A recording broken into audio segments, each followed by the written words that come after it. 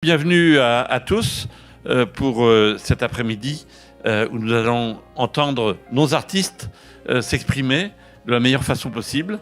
Ça représente un très gros travail pour eux, pour la directrice Margot, pour les animateurs, pour tous ceux qui conseillent nos artistes et qui permettent que nous ayons ce spectacle aujourd'hui.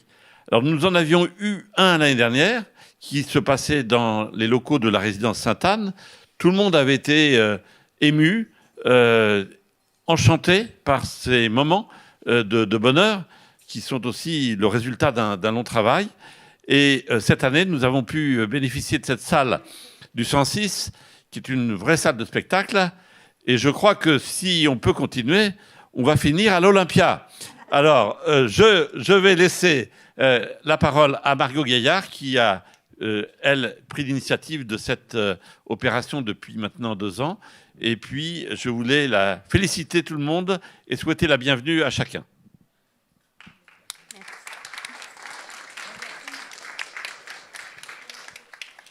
Donc, si on a le plaisir de se retrouver aujourd'hui, c'est grâce à l'appel à projet Culture Santé, donc pour la 2e année consécutive.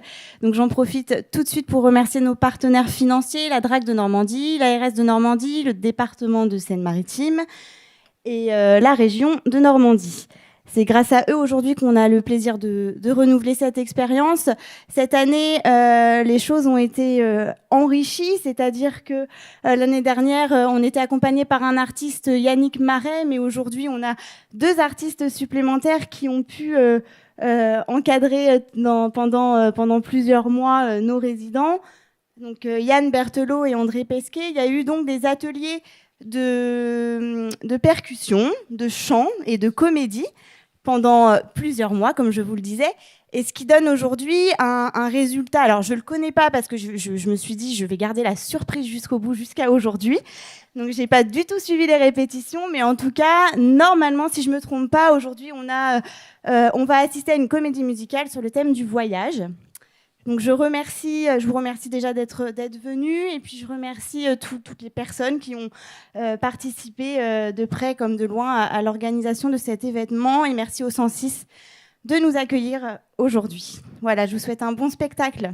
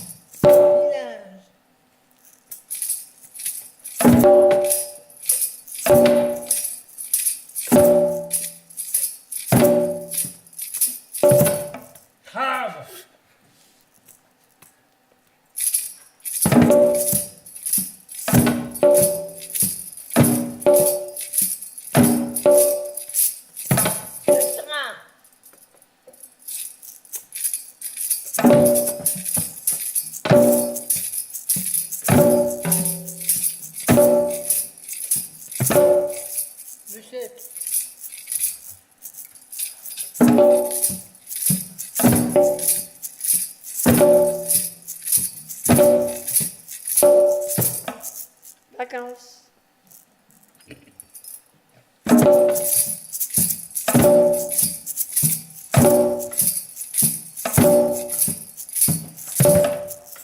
Colombie.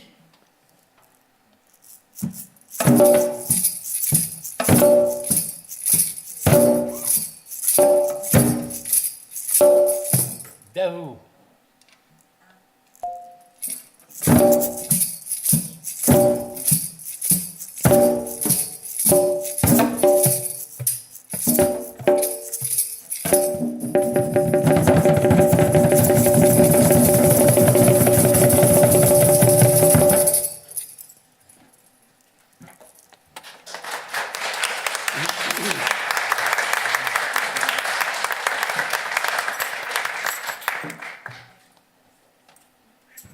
Bonjour mesdames, bonjour messieurs.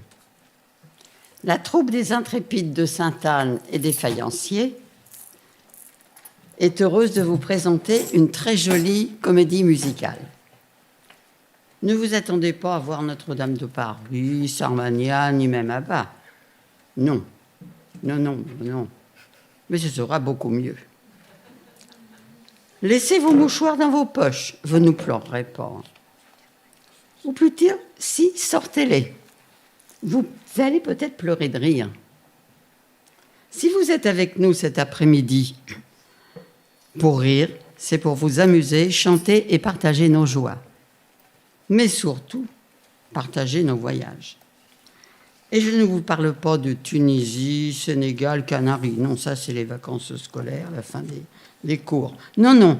Voyez, moi, par exemple, mon dernier voyage, c'était les chameaux, les dromadaires, les cocotiers, les palmiers, enfin, le sable fin. Donc, vous allez voir du pays.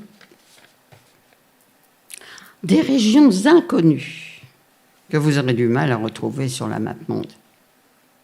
Mais j'ai l'impression, à vous regarder, que vous avez des grandes connaissances. Tout le monde a son certificat d'études. Ah non, non, non, ne levez pas la main, monsieur, je sais que vous l'avez. Ah ben voilà, j'en suis pas si sûre. Alors, arrêtez de vous tourmenter, ne cherchez plus. Ce soir, enfin cet après-midi, nous avons un public de qualité. Alors, place aux artistes, place au voyage, laissez-vous aller à l'émotion, l'amour, le partage, la joie de vivre. Et que le voyage commence.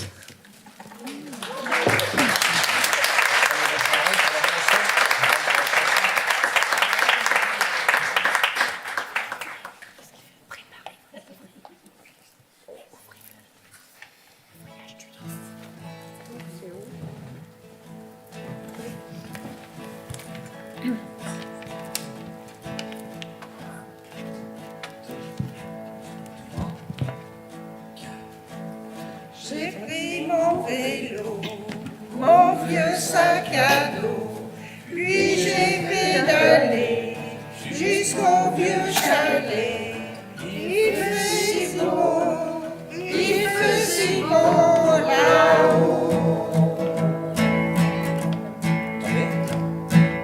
Pour ce beau voyage, très ensoleillé, charmant paysage, sommets enneigés, il fait si beau, il fait si beau là-haut.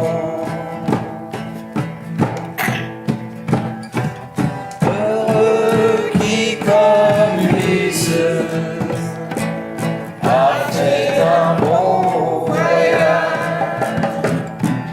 mais ne soyons pas tristes de ranger nos bagages.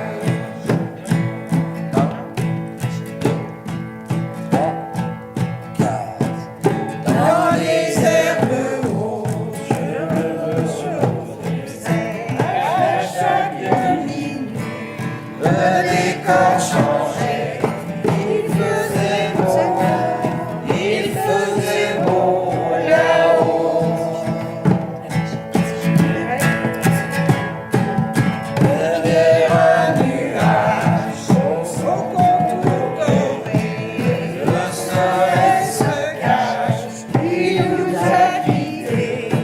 Il faisait beau, il faisait beau là-haut. Heureux qui comme Ulysse a fait un beau voyage,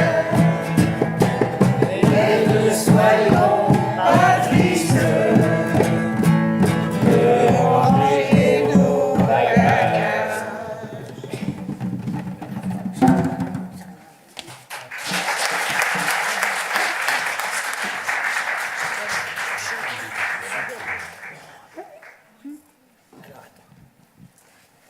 Maintenant, je vais vous présenter un grand voyageur.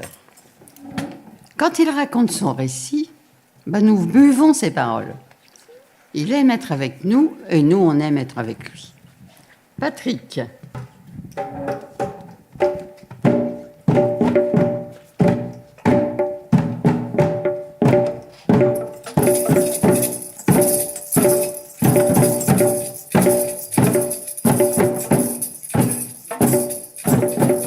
Heureux qui, comme Ulysse, les voyages de Patrick. Enfant, 4 ans à peu près, j'ai été transporté en Colombie, Amérique du Sud. J'ai poursuivi ma scolarité maternelle, primaire, secondaire, études supérieures. Vers l'âge de 16 ans, j'ai été conduit au Pérou. Ce pays m'a fasciné, surtout le désert et la cordillère des Andes. Dans le cadre de mes études d'économie, je suis allé à Panama, où j'ai fait un stage bancaire à Panama City, la capitale du Panama. J'y ai vu le fameux canal. J'ai connu aussi l'Espagne, Grenade, l'Alhambra, la Generalife. Je m'y suis marié à une Andalouse qui m'a donné un fils, Adrien, à 32 ans aujourd'hui. En Amérique du Sud, j'ai vécu dans la cordillère des Andes, à commencer par la Colombie, où déjà j'ai profité 3 branches de cette chaîne de montagnes légendaires qui traverse toute l'Amérique du Sud le long du côté ouest.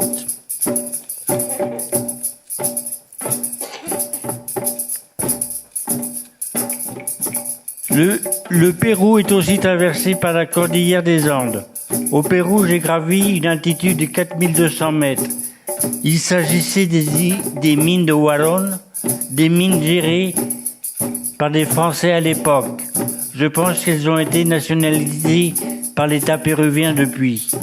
À 4200 mètres d'altitude, l'après-midi même de mon arrivée, je jouais au football. Je me suis même pas inquiété de savoir quelle équipe avait gagné. J'ai aussi visité la forêt de pierre, un amoncellement de plusieurs rochers qui forment une forêt. C'est hallucinant.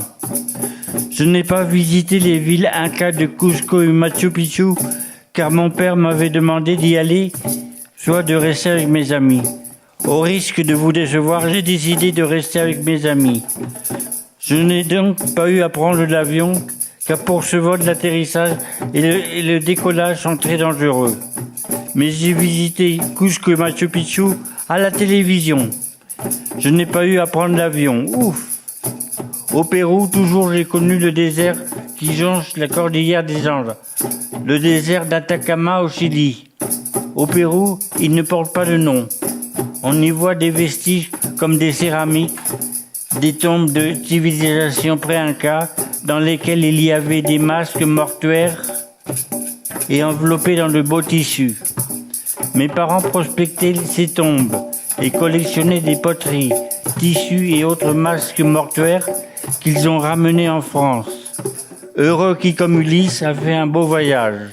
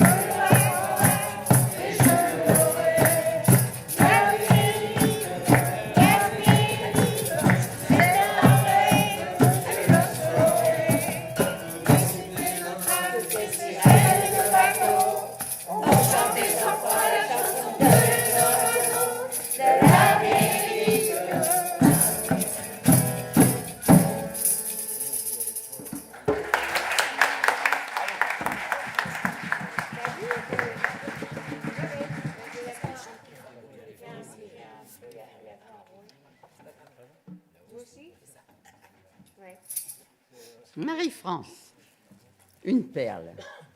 Elle brode, tricote, fait des petits chaussons pour les fêtes de Noël.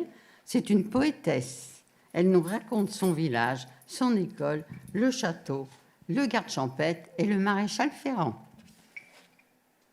Alors, ce village, je ne vais pas vous raconter des histoires de voyage. Je vais vous raconter l'histoire de mon village, de mon enfant.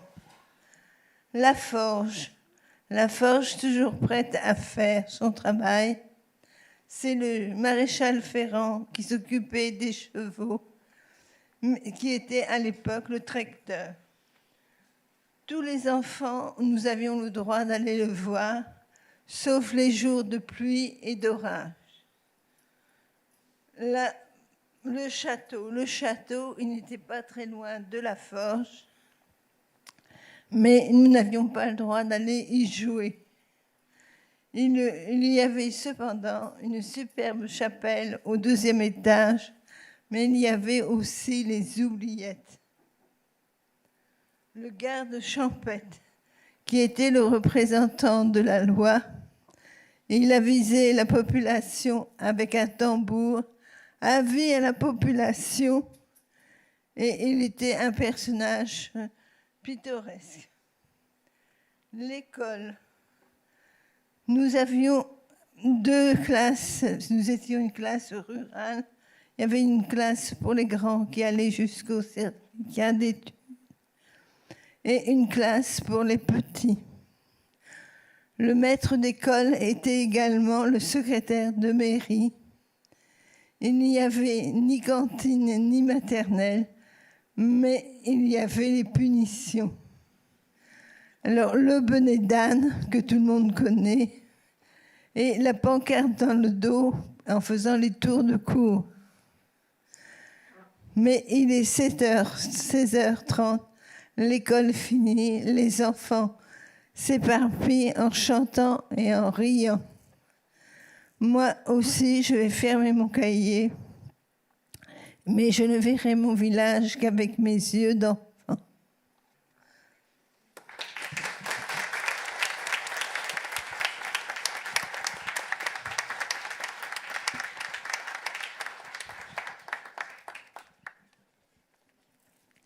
Alors, après le merveilleux voyage dans l'enfance de Marie-France, je vais vous présenter Michel.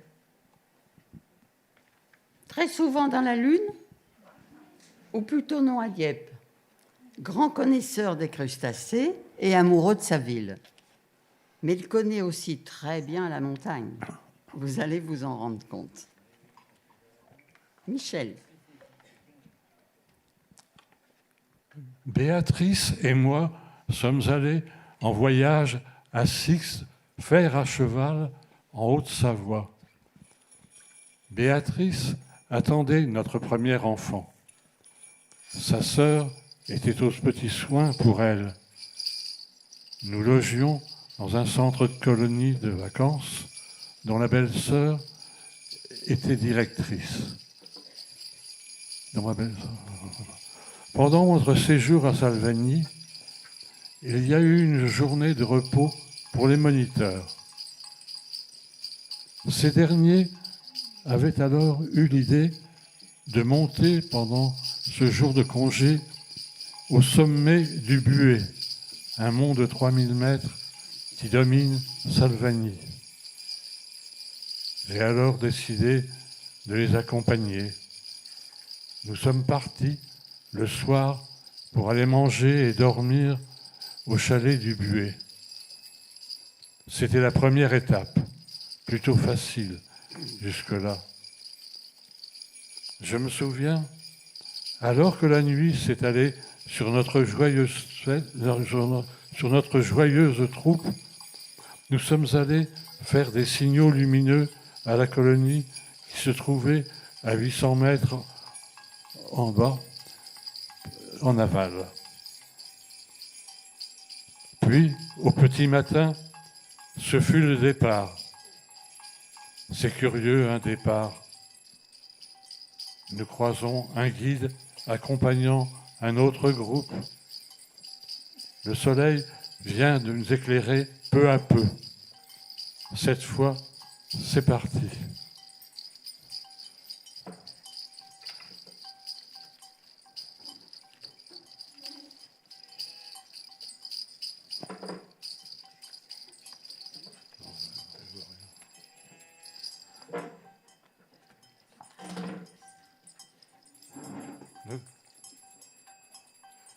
Nous approchons d'une falaise qui domine le fer à cheval.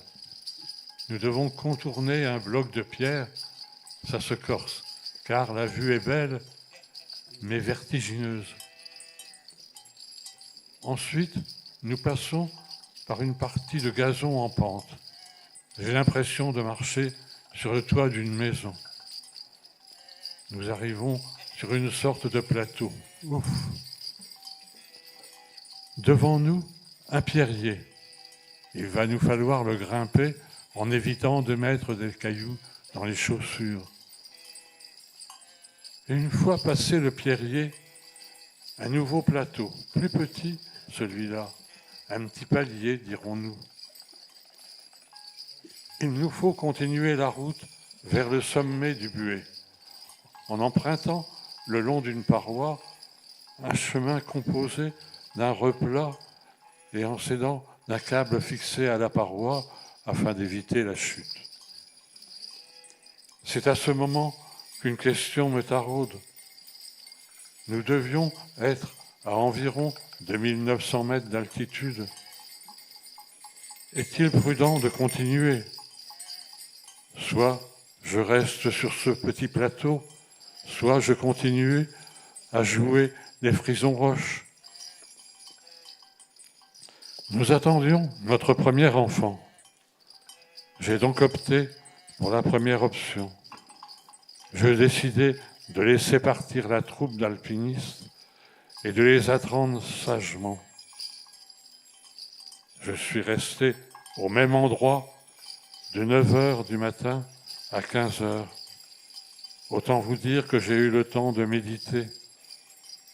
Pour m'aider, il y avait en dessous de moi la cascade du Rouget. Je ne devais pas m'endormir. Soudain, une pensée m'envahit.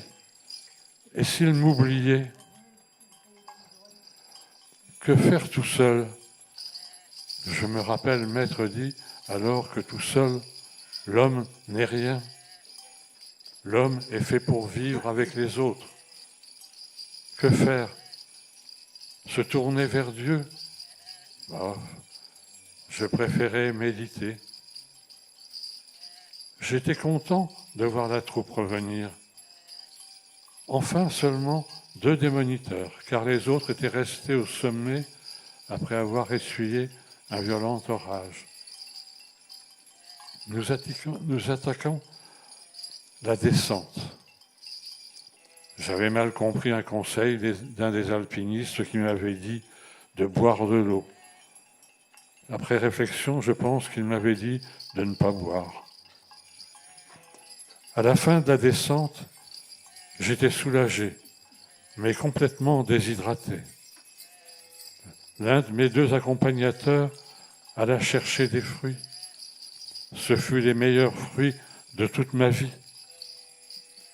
J'ai retrouvé ma femme Béatrice, qui était avec sa sœur. Et figurez-vous que je n'ai eu aucun reproche. Bravo.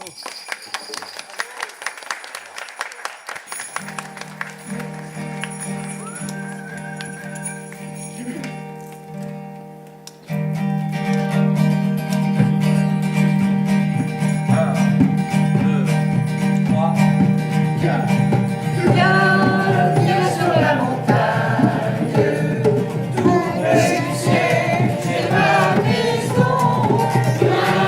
Viens sur la montagne, là-haut il fait si bon. Pourquoi ces pleurs dans tes yeux? Viens avec moi, viens si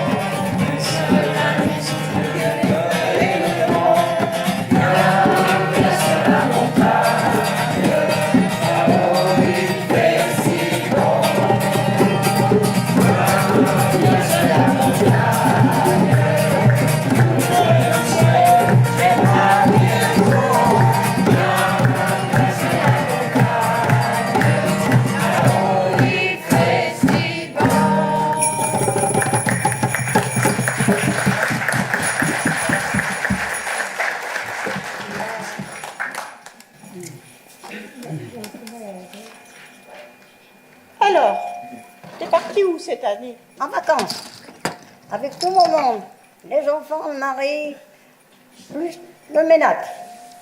On a attendu un oiseau, ça vole. On est parti, on a roulé. Une catastrophe nous est arrivée. La roue de la caravane a crevé. On s'est garé sur un terrain vague et on a démonté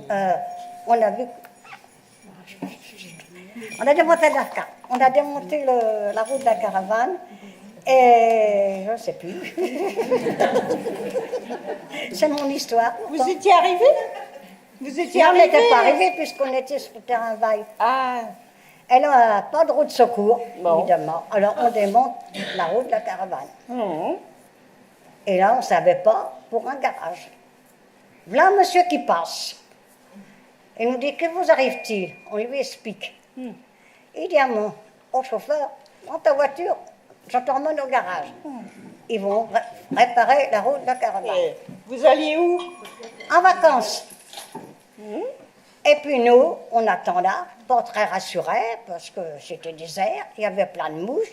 On a sorti le ménate, on l'a mis dehors pour qu'ils prennent l'air, les enfants aussi, hein. Bien sûr, hein. quand même. Ah bah ouais, il ne faut pas les oublier, les enfants. Hein. Et puis on a attendu. Les blagues, ils arrivent. On a remis la roue de secours, la roue de la caravane. On a remis la roue et on a repris le chemin. On était bien soulagés. Parce que c'était on a pas repris la roue. loin, hein. Vous alliez où? En vacances. En vacances. Et voilà, on est arrivé à bon port. Mais surtout, mes gens, n'oubliez pas de prendre une roue de secours. Mais où alors? Vous êtes arrivés? En vacances. Une autre fois, toujours en vacances, il nous est arrivé une catastrophe. Une catastrophe.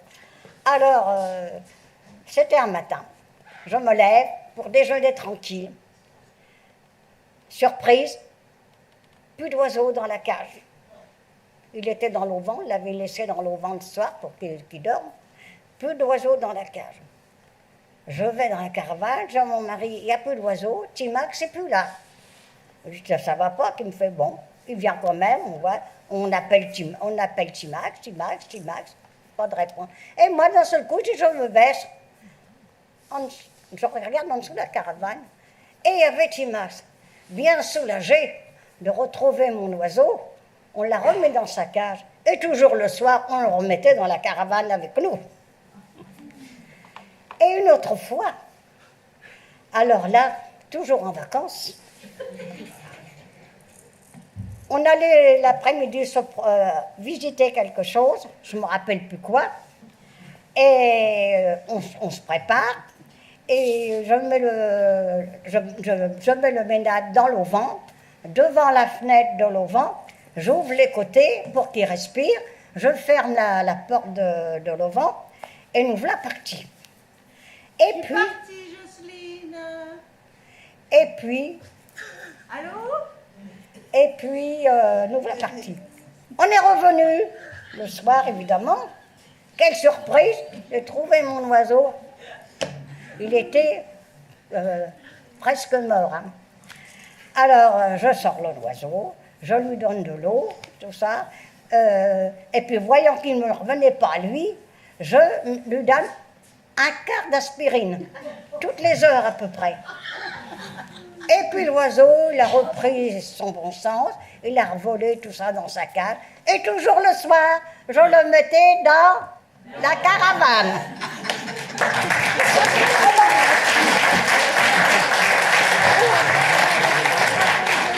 Bah, où elle est? Où elle est? Où es-tu? En vacances!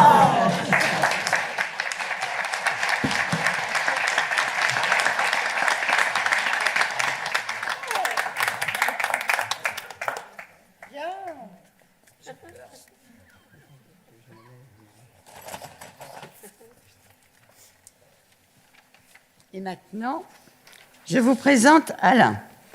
Alain un grand connaisseur en musique, architecture. Il a fait le tour du monde et très, très érudit. Il va vous raconter son voyage à Venise.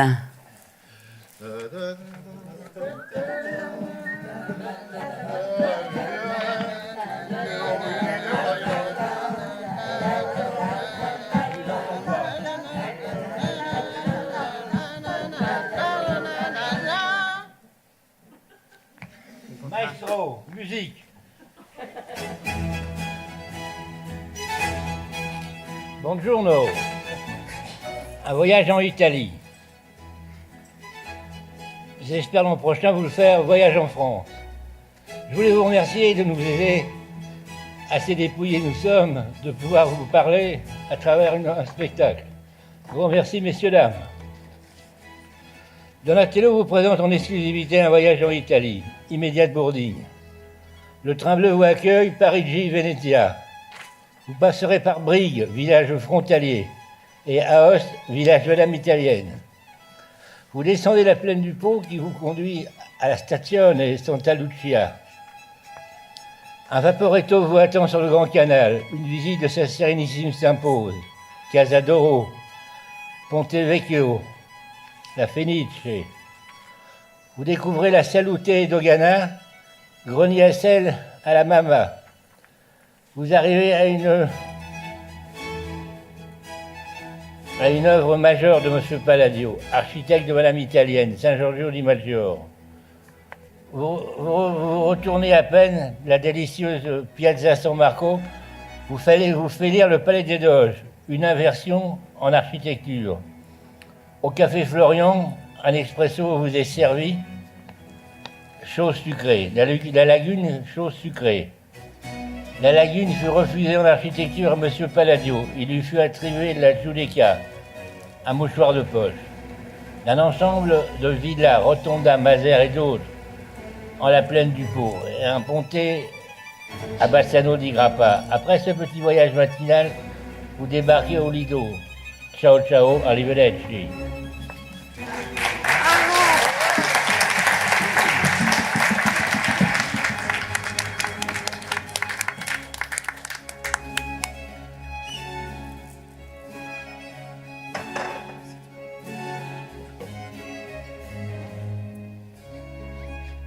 Alors, je vous présente Jean-Claude. Jean-Claude, c'est un grand voyageur, un aventurier. Vous allez vous en rendre compte.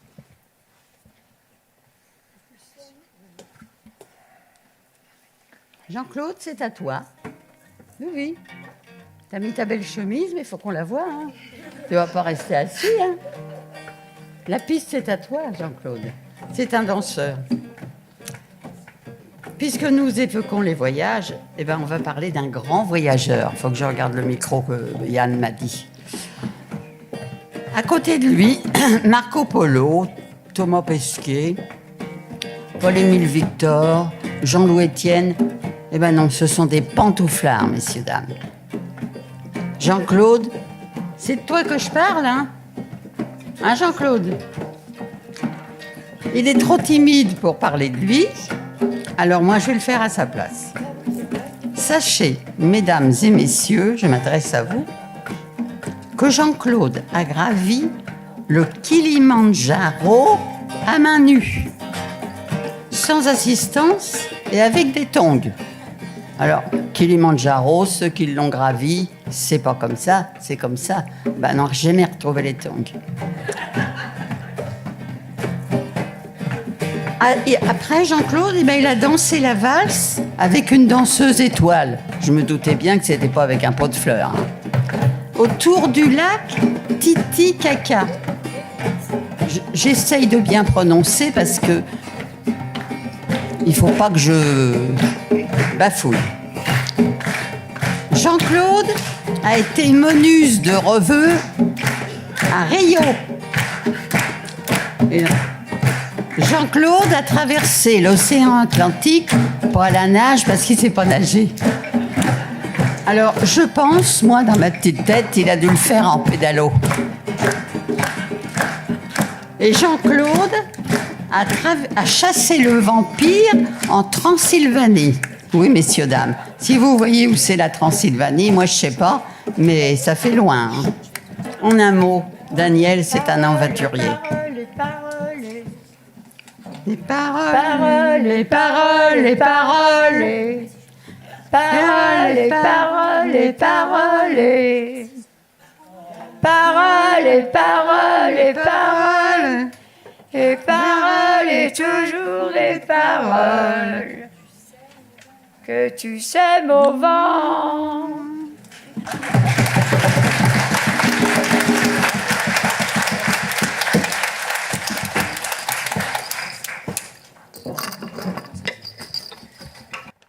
Je vais vous parler de Christiane, qui a fait des voyages aussi, puisque le thème aujourd'hui, c'est sur les voyages. On ne va pas vous raconter autre chose. Elle est très étourdie. Elle range tout, mais jamais là où il faut. Alors, elle aime le théâtre, la poésie, les chansons anciennes, toujours prête à partir en répétition, même si ce n'est pas le jour. C'est ma voisine, et sans elle, je serais perdue. À toi, Christiane. Ouf, ça y est, nous voilà à la gare Montparnasse. Quelqu'un va pouvoir nous renseigner. Ne t'inquiète pas, ma chérie, dit mon mari. On arrive au bout. Tu as raison. Tu n'es pas trop fatiguée à pousser mon fauteuil et à porter notre valise? Non, ça va. Ne t'inquiète pas. Tiens, voilà les scouts. Nous allons leur demander notre chemin. Pardon, jeunes gens, nous devons prendre un train pour la Bretagne et nous sommes un peu perdus. Suivez-nous, messieurs, dames, disent les scouts. Nous emmenons des gens à Lourdes, mais plus loin, vous trouverez le train allant en Bretagne. Merci beaucoup. Nous étions perdus. Mon mari fait « ouf ». Enfin, des gens se penchent à la fenêtre du train et nous demandent si nous allons en Bretagne. Jean, mon époux, répond oui à Lannion. Écoutez, montez avec nous, car notre train doit s'arrêter plus loin pour récupérer des gens qui vont en Bretagne comme vous. Oh, quelle chance pour nous! Et voici des personnes qui se lèvent et descendent du train avec une vitesse incroyable. Ils m'attrapent, me sortent de mon fauteuil roulant, m'installent sur une banquette, plient mon fauteuil, le rangent, se passent notre valise de main en main, puis soulèvent même mon mari du sol pour l'installer près de moi. Tout cela en un clin d'œil. J'étais bouche bée. Je n'ai pas eu le temps de réaliser ce qu'il s'était passé. Mon mari Jean, ne voulant pas rester assis, j'insiste pour qu'il se pose, mais quelque chose le tracasse. « Assieds-toi, Jean, lui dis-je. » Il me répond qu'il ne peut pas. Je le vois alors se placer au centre du wagon. Lui, assez timide mais débrouillard, s'était décidé de faire un discours. Et le voilà parti. Mesdames, messieurs, je tiens à vous remercier de nous avoir mis dans ce train, mon épouse et moi. Puis tout le wagon s'est mis à chanter. On n'était pas encore bien loin de Paris, mais déjà nos cœurs étaient remplis.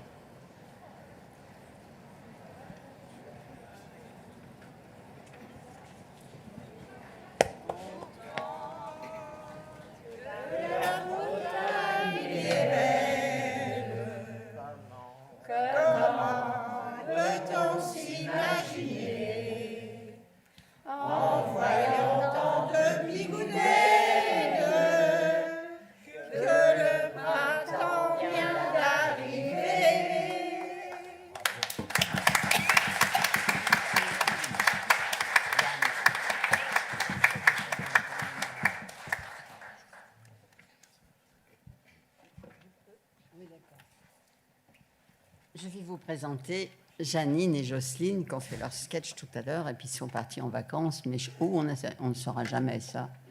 Enfin, tant mieux si Jocelyne est allée en vacances. C'est une personne très discrète, Janine. Elle a beaucoup de culture et de mémoire. Elle pense aux autres avant elle-même. Elle rassemble les résidents quand ils oublient, les répète. Une belle personne. Quant à Jocelyne, une amoureuse des animaux. Ancienne dresseuse chez Bouglione. Pas des lions ni des ours, non, des oiseaux. Mais c'est aussi une grande accordéoniste à l'oreille absolue. Laisse tomber. Bon, maintenant c'est mon tour. Il faut bien une dernière. J'ai toujours été dernière à l'école. Ça ne me gêne pas. Ah ben non, j'ai pris la feuille de Marco Polo de Jean-Claude. Excusez-nous, il y a des petits trous de temps en temps, mais c'est dans les grands spectacles, c'est toujours comme ça.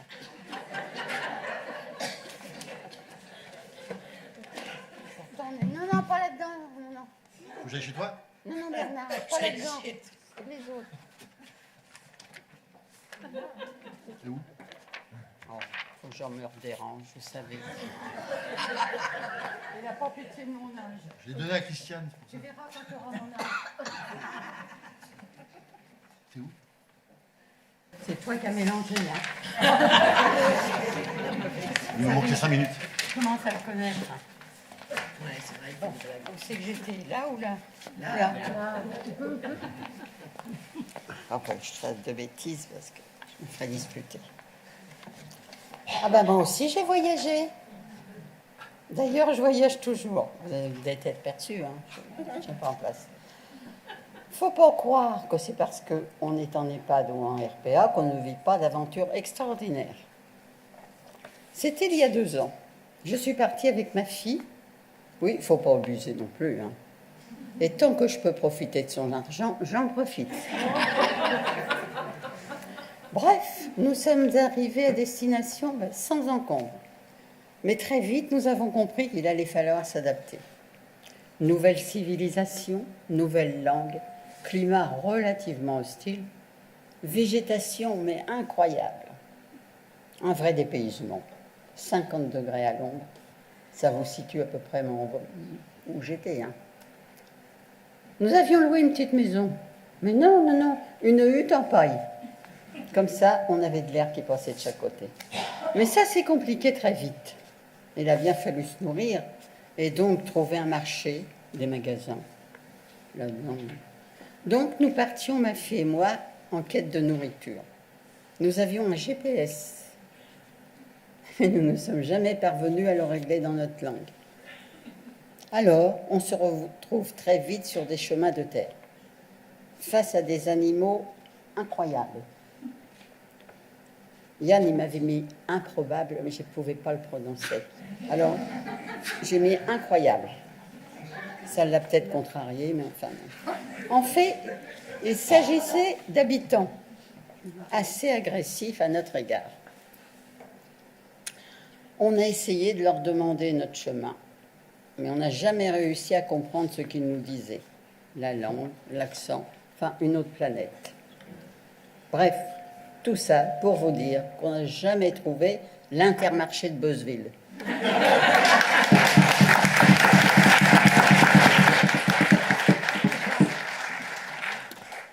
peux revenir? Non.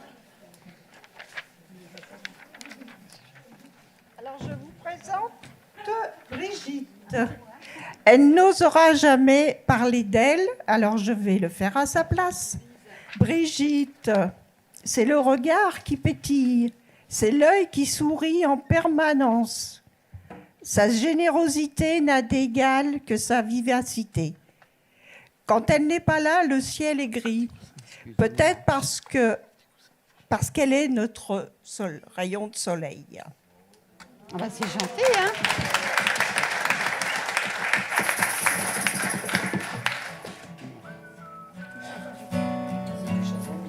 Ah bah évidemment, je chante dans le micro. Elle est bonne celle-là. Oh pardon? Oui, ça va. Non. Tu es là aussi? Bon.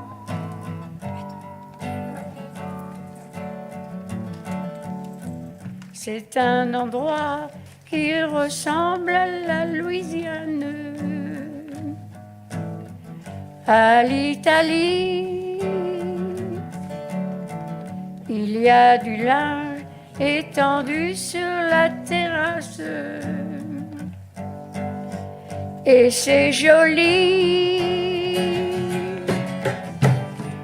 On dirait le sud. Le temps dure longtemps et la vie sûrement plus d'1 million d'années et toujours en été.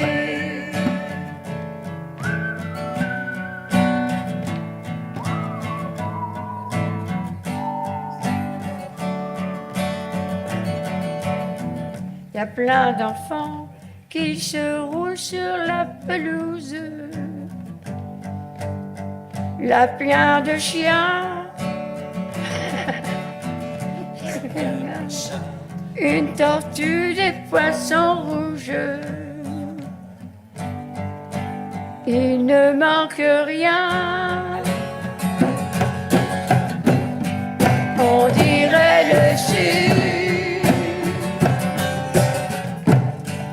Le temps dure longtemps et la vie sûrement plus d'1 million d'années et toujours en été.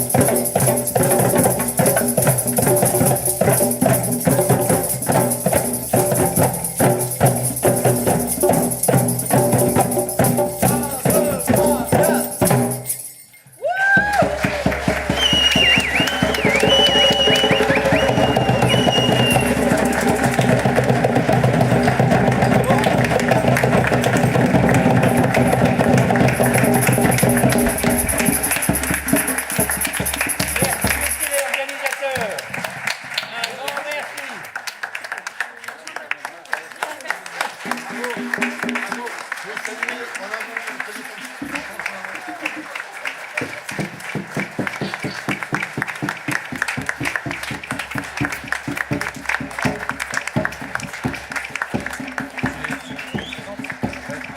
Alors, ouais, on peut applaudir encore bien plus fort dans l'ordre d'apparition à l'écran avec Brigitte. Il y avait Janine, Jocelyne, Marie-France, Michel. Il y avait Christiane, Jean-Claude, Chantal, Patrick et Alain. Bravo!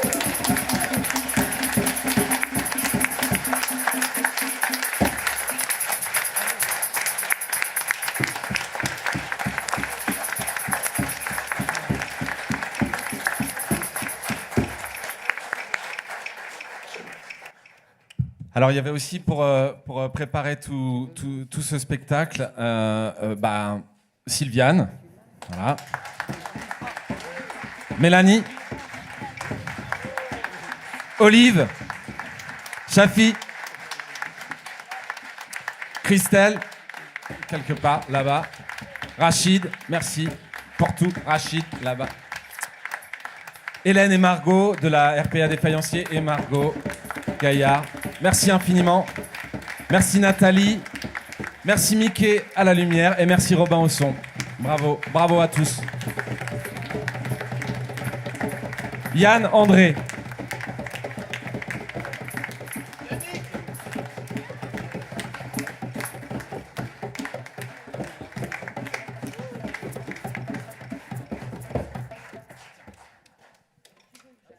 Mais merci beaucoup pour ce spectacle, hein, encore plus réussi qu'hier, j'ai trouvé.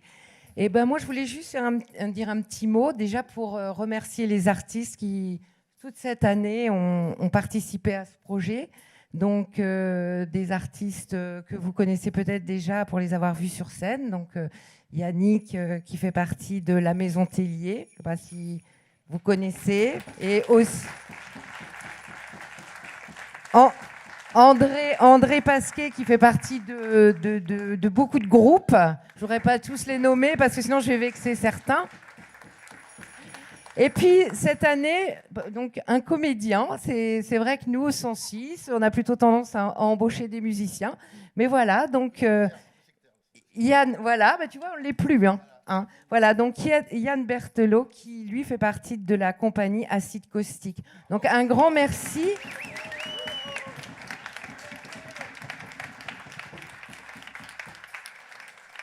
Alors, je voulais dire aussi que ces projets, ça fait le deuxième projet maintenant que le 106 développe avec l'EHPAD Sainte-Anne et puis la résidence des Faïenciers. Donc, je voulais dire merci pour ces belles rencontres aussi, parce qu'on a rencontré de belles personnes. Et puis, merci beaucoup à toute l'équipe aussi qui travaille. Alors, évidemment, Margot, la directrice, qui est une facilitatrice de projets, même dans des circonstances très compliquées comme la pandémie. Et puis, toutes les animatrices de ces établissements qui sont vraiment formidables. Donc, voilà. Donc, c'était juste pour les applaudir encore une fois. Et puis, justement, je vais laisser la parole à Sylviane. Sylviane, si vous voulez dire. Tout d'abord, en fait, je voudrais remercier quand même. Je vais refaire pas un petit peu la même chose, mais franchement, ils ont été formidables.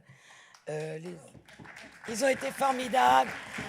Ils se sont adaptés aux personnes, à tout le monde. Tout le temps à nous demander ça allait.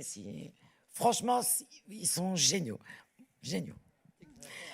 Non. Moi, je vais remettre un petit coup quand même. Parce que sans nos trois artistes, avec l'indulgence qu'ils ont eue avec nous, de nous écouter avant de nous faire chanter tout ça, une patience. Alors, André, Yann et Yannick, bravo, c'est grâce à vous si on a fait tout ça. Voilà. Et merci à vous. Ah bah oui. Ah oui, ça. Oui, merci Madame Gaillard, merci au président, merci à tout le monde, merci à la public, assistance, à tout le monde. À l'assistance publique, à tout le monde. Merci aussi à ma petite collègue Mélanie, qui est un peu plus timide, qui est restée là. Mais Mélanie, c'est notre chauffeur. Un petit peu tout. Christelle aussi, Rachid, une grosse pensée. Hélène, parce qu'ils ont fait beaucoup de voyages entre Sainte-Anne et les faïenciers. Voilà. Et merci à vous. Vous avez été un très bon public. Et je voudrais embrasser Françoise qui est venue nous voir et qui a fait beaucoup d'efforts parce qu'elle est vraiment...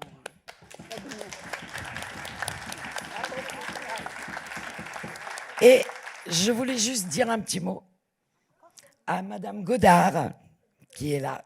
Levez la main. Elle a commencé le projet avec nous, mais il y a eu un petit souci. Donc voilà, j'espère qu'il y en aura un autre et elle chante très bien aussi.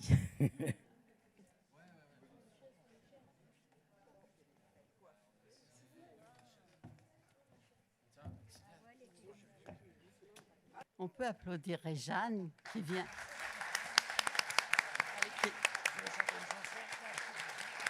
Qui est à l'EHPAD de Sainte-Anne et qui est toujours avec nous quand on fait les répétitions, qui ne nous quitte jamais.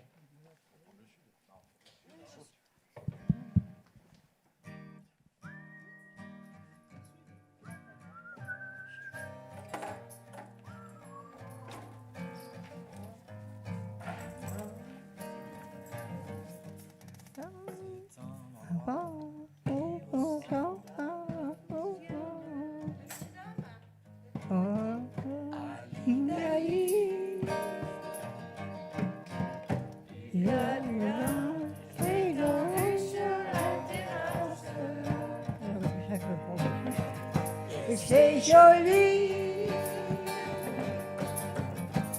on irait dessus. Merci. Dans le temps, et la vie se prend, et la meilleure l'année,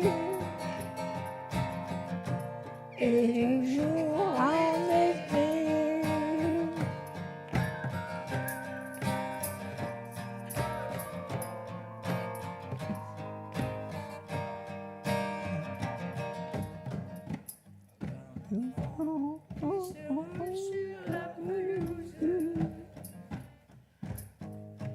Dans le champ,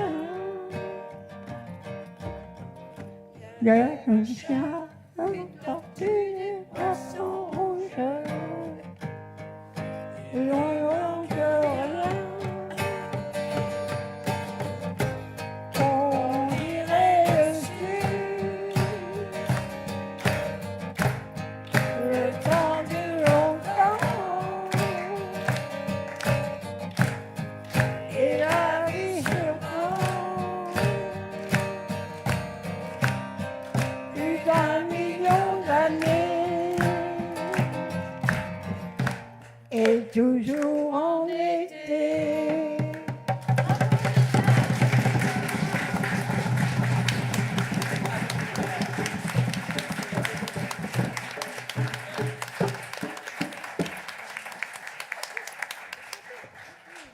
Bon bah, on peut aller boire un coup, je crois.